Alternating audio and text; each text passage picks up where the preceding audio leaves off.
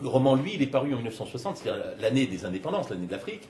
Ce qui veut dire qu'il a été écrit avant, mais avant, c'est justement ces années où tout change très rapidement dans cette Afrique qui est justement, enfin l'Afrique francophone, qui est à la charnière, la Guinée déjà indépendante et les autres colonies ne savent pas déjà que dans quelques mois elles seront indépendantes.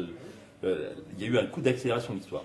Et c'est sans doute cela aussi qui a dû remobiliser Sambène, qui avait déjà écrit des romans, qui avait un roman témoignage sur son expérience de docker à Marseille, de militant syndicaliste, de militant politique aussi, le docker noir, voilà, militant noir. politique engagé et indépendantiste, et qui dit justement que c'est dans ces années-là qu'il a cessé d'être partisan de l'assimilation. Et ça, il faut effectivement le rappeler, ce qu'a été l'idéologie coloniale française, c'est-à-dire l'idéologie de l'assimilation, et c'est une idéologie qui a été vécue aussi bien par les colonisateurs que par les colonisés. Et le roman, effectivement, se trouve aussi à cette charnière entre, justement, les possibles créés par le fait colonial en Afrique.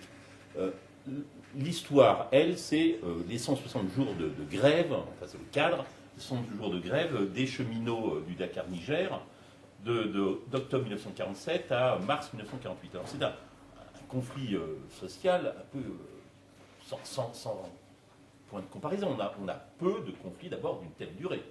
Et surtout un conflit moderne dans une Afrique qui depuis nous a pas donné beaucoup d'exemples de conflits modernes. Donc je peux facilement m'identifier à ces salariés du rail, de la régie des chemins de fer d'Afrique. Alors ces chemins de fer, eux aussi, ils sont un personnage du roman.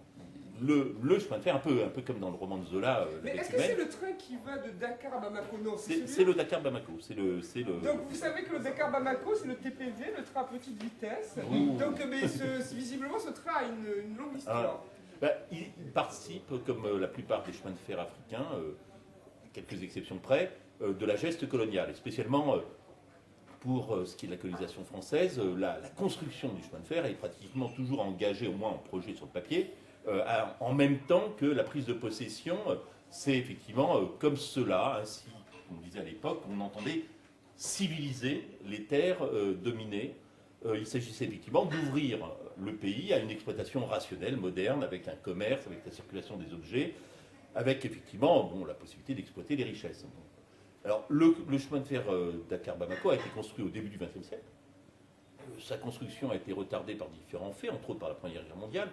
Et évidemment, en construisant le chemin de fer, les colonisateurs français, comme les colonisateurs anglais d'ailleurs, construisaient aussi une classe ouvrière.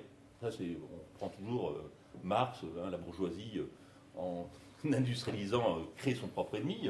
Eh bien, le colonisateur, en créant le chemin de fer, de façon à pouvoir accomplir son projet de civilisation, entre guillemets, crée effectivement une première catégorie sociale qui va être extrêmement active. C'est effectivement les cheminots, les ouvriers du rail. Alors c'est donc bien une revendication, d'abord une revendication syndicale, classique. C'est-à-dire que s'ils obtiennent l'unité de traitement, encore plus dans cette guerre froide, et en reprenant cette histoire-là, en reprenant effectivement les espérances et les luttes et les déceptions de ce conflit, 160 jours de grève, pour un résultat assez mitigé finalement. Personne n'a perdu, personne n'a gagné. Quand on dit ça, ça veut dire que généralement les grévistes ont perdu.